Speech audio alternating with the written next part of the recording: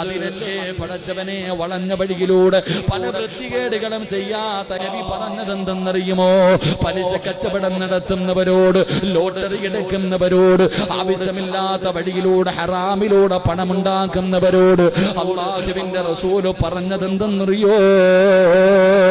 ഹറാമായ പണമുണ്ടല്ലോ, ഇരിക്കുന്ന മുസ്ലിമേ, നിങ്ങളുടെ ആരുടെയെങ്കിലും വീടിന്റെ അകത്ത് ഹറാമായ പണമുണ്ടോ? അല്ലാഹു നിന്റെ ആയുസ് കുറച്ച് കളയുമടാ ചെറുപ്പക്കാരാ.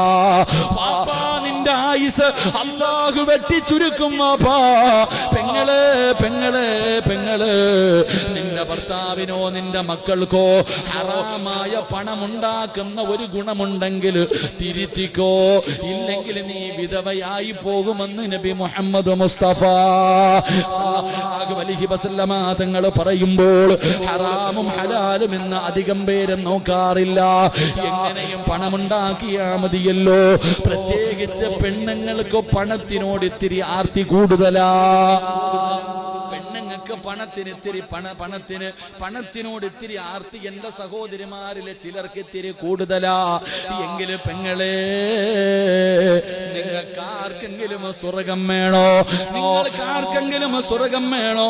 മഹാനായ നബി മുഹമ്മദ് മുസ്തഫ